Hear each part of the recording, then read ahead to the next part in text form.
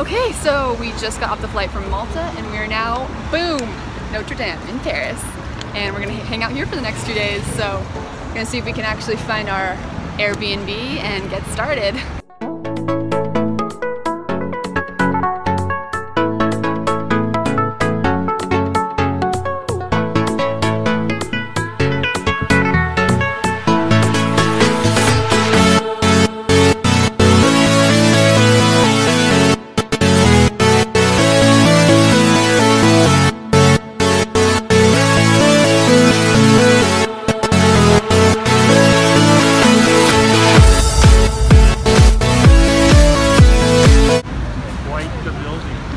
No longer in Paris or Malta anymore. We must be in Paris.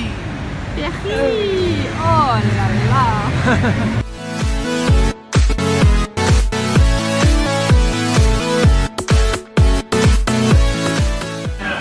We're in Miznon, and it's in the Marais district, and it's Israeli French fusion.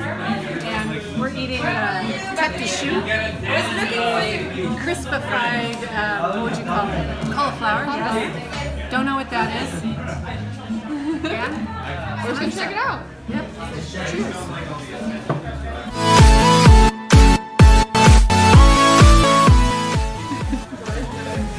The vegetarian's dream. Falafel burger in a pita bun.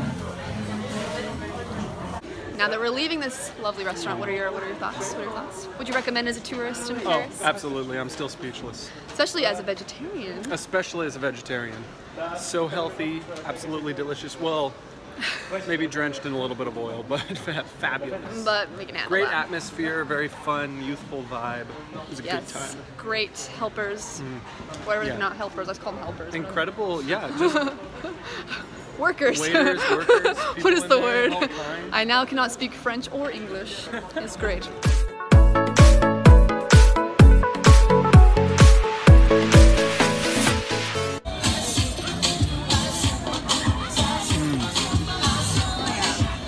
We're here at the dancing lessons in Paris. My dancing lessons. Just another night in Paris. Just another night. We're just walking by. There was some dancing, but this lady takes the cake. She's the real winner. She's the real VIP.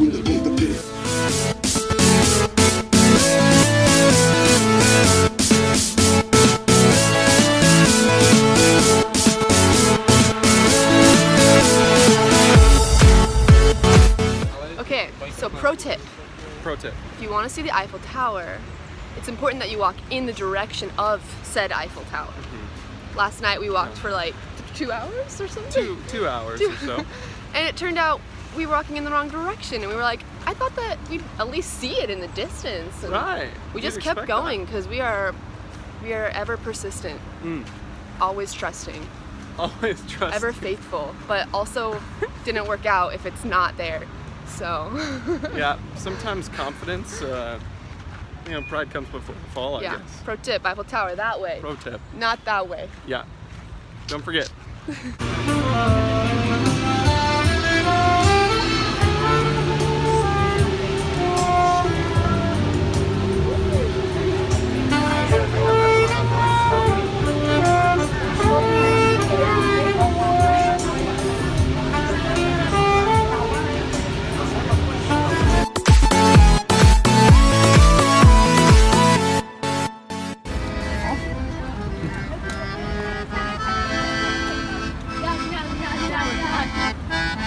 Hello.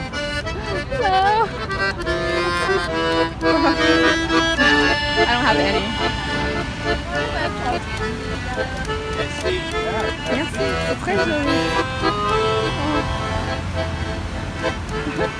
That's so beautiful.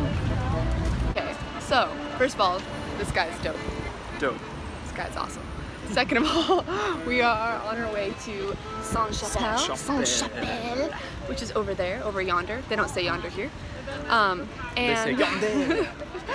I don't know much about it. Benjamin, you know way more. It's known for its stained glass windows. It's an old church, yeah. Took advantage of Gothic architecture, flying buttresses to redistribute the weight outside of the main chapel so that the main chapel can have as many stained glass windows as possible, so the lighting in there is just supposed to be gorgeous. A lot of blues, I think. I don't know, I've never actually seen it.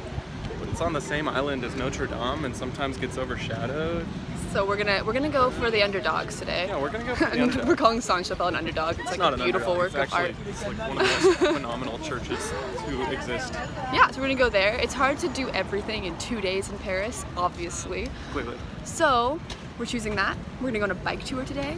True. Then we're going to the Louvre tonight because apparently on Fridays after 6, if you're under 26, it's free. Yeah, Wednesdays and Fridays. Don't forget. Don't forget. And if you're not under 26, €3 off. So man, it's cool. Cheaper.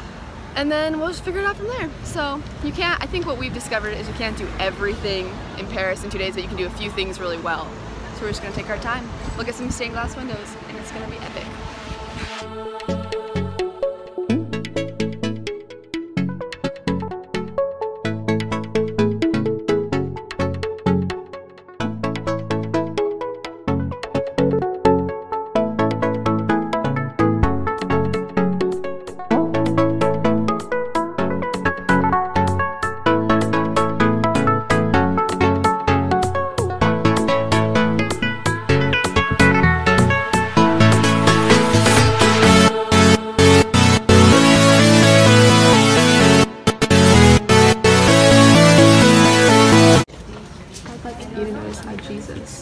It's pointing to this camera. See that? It's not pointing to the other creatures that cheat. There's a ram. There's a horse. There's cool horses. There's cool animals which he loves. But which one is he signaling to? He's pointing the camel. He's pointing to the camel. Because camels are important. The camel is the most sacred of all creatures. Do you see that? Like this is, what other signs do you need?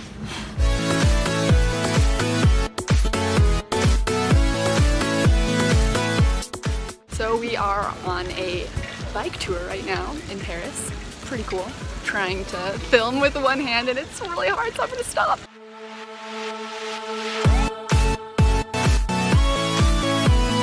So we're just on a casual bike ride. Can't find anything cool around here. I mean, I don't know. Like, oh. I guess. What's that big metal thing? It's kind of blocking the view, like, honestly. Yeah. Oh well. Inconvenient.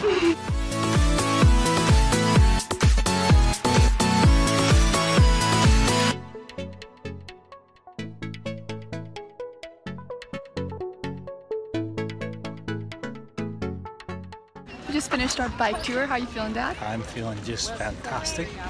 Bon, the views are okay. Très bien.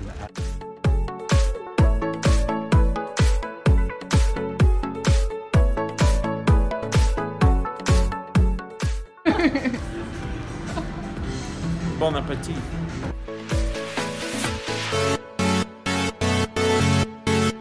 Okay, so we're in the Louvre. We got in for free because we're under 26, which is great. Pro tip. Pro tip, bring your ID. Bring your ID. They don't like it when you don't bring your ID. They won't let you in. He had to pull up a picture of his passport. It was awkward. But we're in. We're in. So apparently the Louvre has 8 miles worth of art and antiques and things like that. So it's good to have a plan when you go in. Like, you're gonna want to see everything, you're gonna get overwhelmed, but just pick one or two things. Weeks. Yeah. So what she said? Yeah, it would take 2 weeks if you wanted to see everything, and a lot of money because it costs like 15 euros to get in at a time. We don't got time for that. No. So we're picking 2 things: Hammurabi's Code and the Gates of Susa, because I think both of us are super into Near Eastern culture and history. It's important stuff. So it's cool when you'll see other things along the way, but it's good to have a plan. We're gonna go to those 2 things, and he's gonna have to stop me because I'm gonna try to stop at everything. But you gotta keep me going. We're going. Let's go.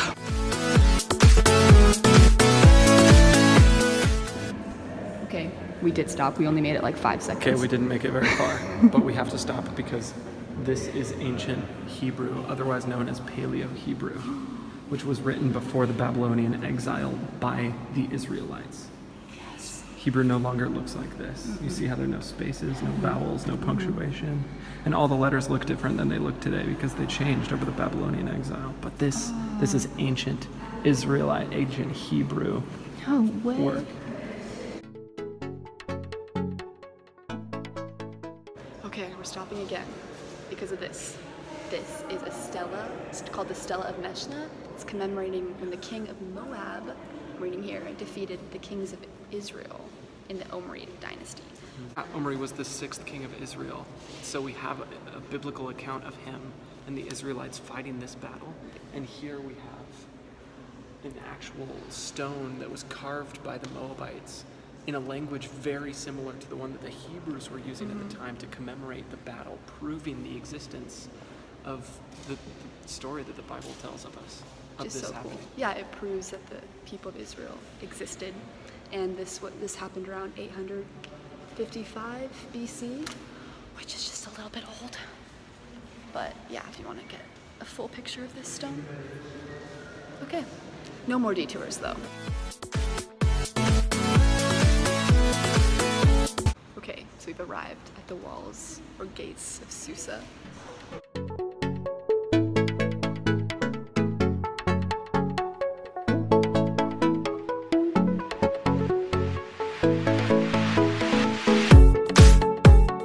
Another brief stop for cuneiform.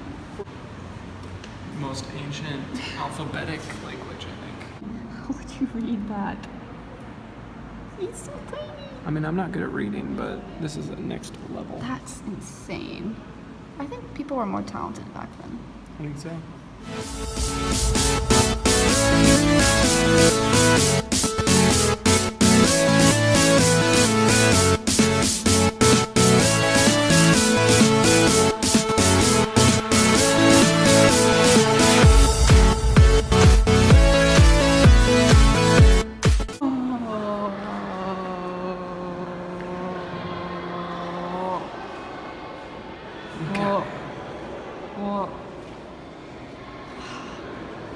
Oh my gosh. This is it, guys. This is real life. Don't freak out. This is Hammurabi's code.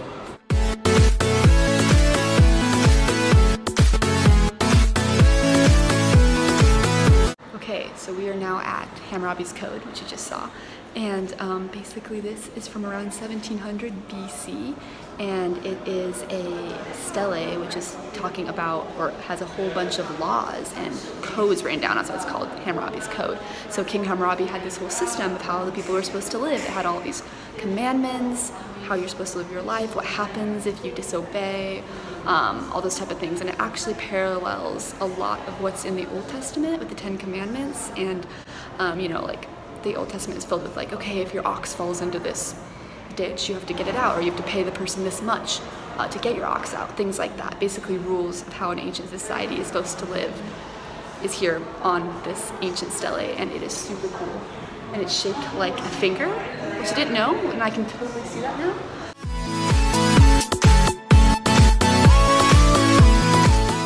Also, bummer. Literally bummer. Ow, that lion biting his butt. Yeah, yeah. That sucks. That's a rough day at work. It's a rough day.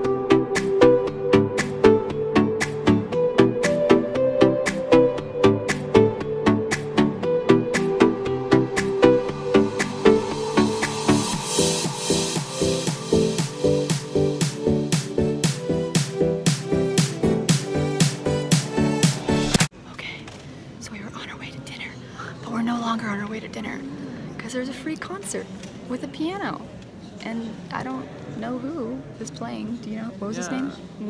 Mikolaj Warzinski. Yes, Mikolaj Warzinski. He's gonna play some Chopin for us. Chopin. Chopin.